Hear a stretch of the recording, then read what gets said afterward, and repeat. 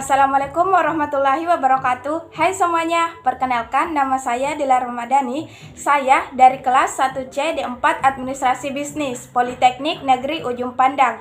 Di sini saya akan menjelaskan tentang komunikasi dalam kelompok. Kalian pasti sudah tahu apa sih komunikasi dalam kelompok itu? Tetapi saya akan menjelaskan secara lebih dalam agar kalian semua mengetahui tentang komunikasi dalam kelompok. Topik yang akan saya bahas. Baiklah, kita masuk ke pembahasan. Konsep komunikasi kelompok. Sebelum membahas lebih dalam tentang komunikasi dalam kelompok, kita harus mengetahui dulu apa sih komunikasi kelompok itu. Komunikasi kelompok merupakan sebuah kegiatan atau interaksi yang dilakukan oleh beberapa orang di dalam sebuah perkumpulan seperti pertemuan, diskusi, rapat, atau berkumpul di suatu tempat dengan jumlah peserta yang relatif kecil. Dengan kata lain, komunikasi kelompok adalah sebuah pertukaran informasi atau pesan yang terjadi secara langsung atau bertatap muka antara 3 orang atau lebih. Selanjutnya, klasifikasi komunikasi kelompok. Komunikasi kelompok diklasifikasikan dalam 2 jenis, yaitu pertama, komunikasi kelompok kecil. Komunikasi kelompok kecil atau mikrogrup adalah kelompok komunikasi yang dalam situasi terdapat kesempatan untuk memberi tanggapan secara verbal atau dalam komunikator dapat melakukan komunikasi antar pribadi dengan salah seorang anggota kelompok, seperti yang terjadi pada acara diskusi, kelompok belajar, seminar, dan lain-lain. Yang kedua, komunikasi kelompok besar.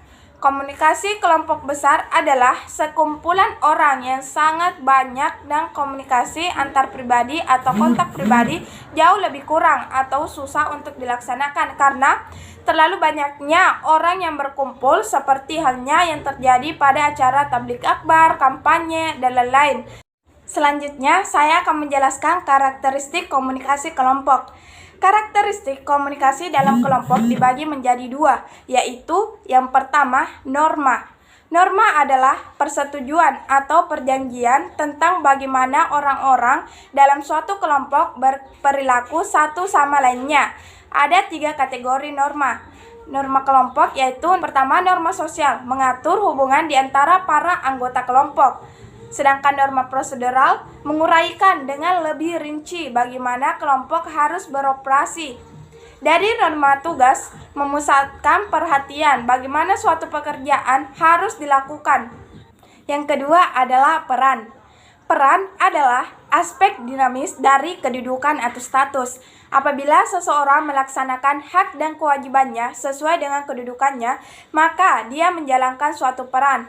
Peran dibagi menjadi 3, yaitu peran aktif adalah peran yang diberikan oleh anggota kelompok karena kedudukannya di dalam kelompok sebagai aktivis kelompok. Peran partisipatif adalah peran yang diberikan oleh anggota kelompok pada umumnya kepada kelompoknya. Sedangkan peran pasif adalah sumbangan anggota kelompok yang bersifat pasif. Kemudian, kelebihan dan kekurangan komunikasi kelompok. Kelebihan komunikasi kelompok yang pertama, keterbukaan antar anggota kelompok untuk memberi dan menerima informasi dan pendapat anggota yang lain. Kedua, kemauan anggota kelompok untuk mendahulukan kepentingan kelompoknya dengan menekan kepentingan pribadi demi kepentingan kelompok. Yang ketiga, kemampuan secara emosional dalam mengungkapkan kaidah dan telah disepakati kelompok.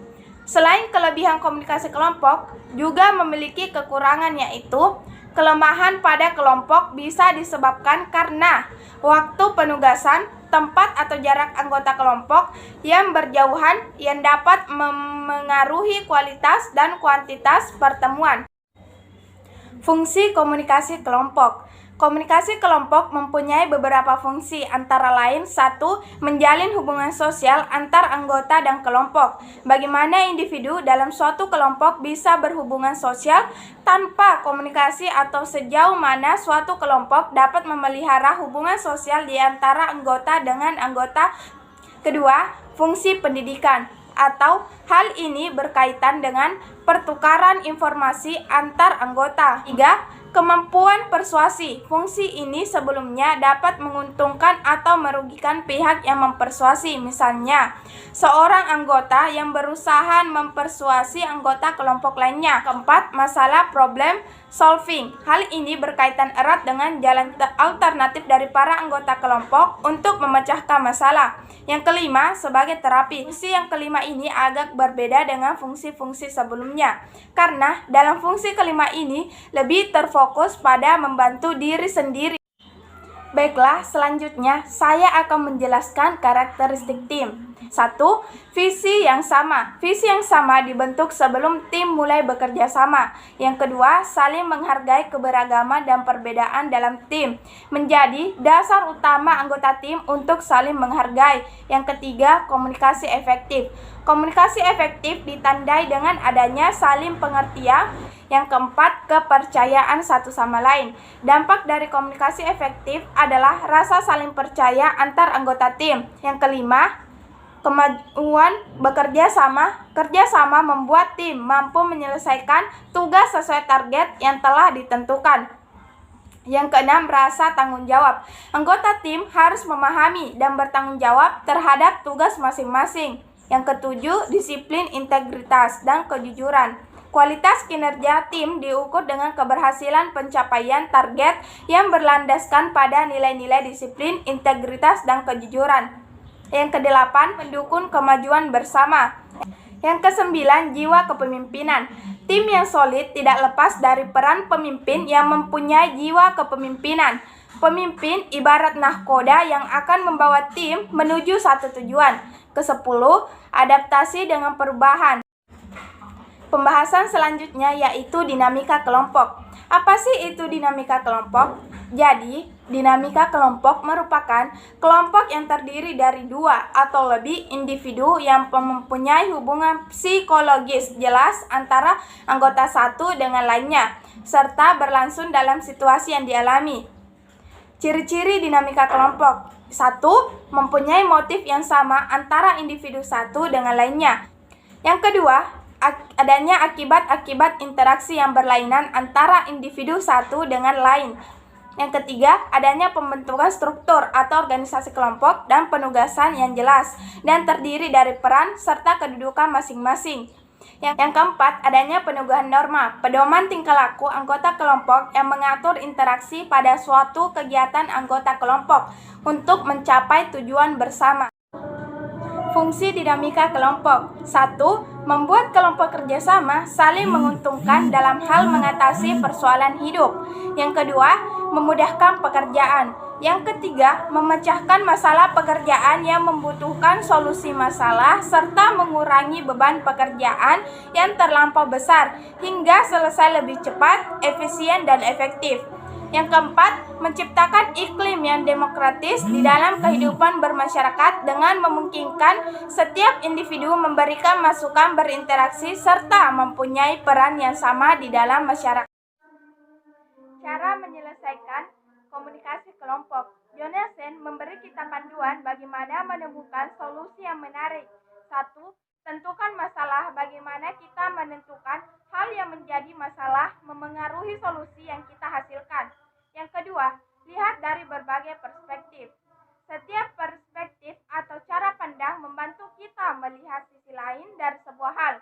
Hal ini adalah sebuah keuntungan dari fungsi dua arah dan kelompok yang kolaboratif. Yang ketiga, kumpulkan bukti.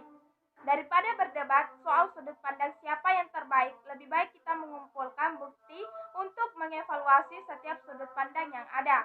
Yang keempat, satukan semua pemahaman.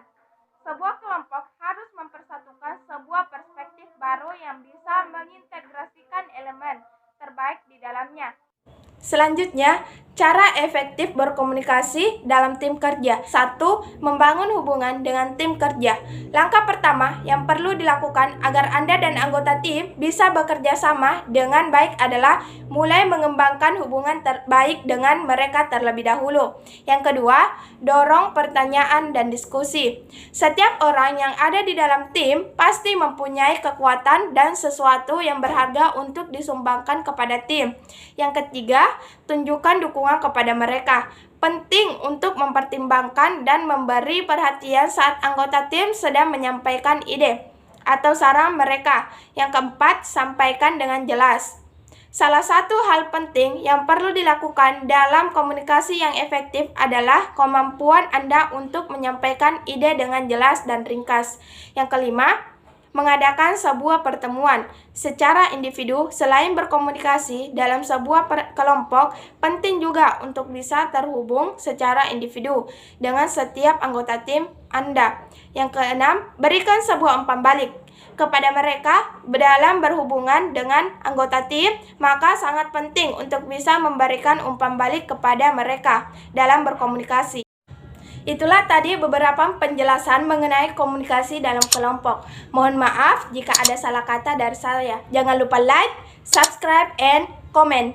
Sekian dan terima kasih. Wassalamualaikum warahmatullahi wabarakatuh.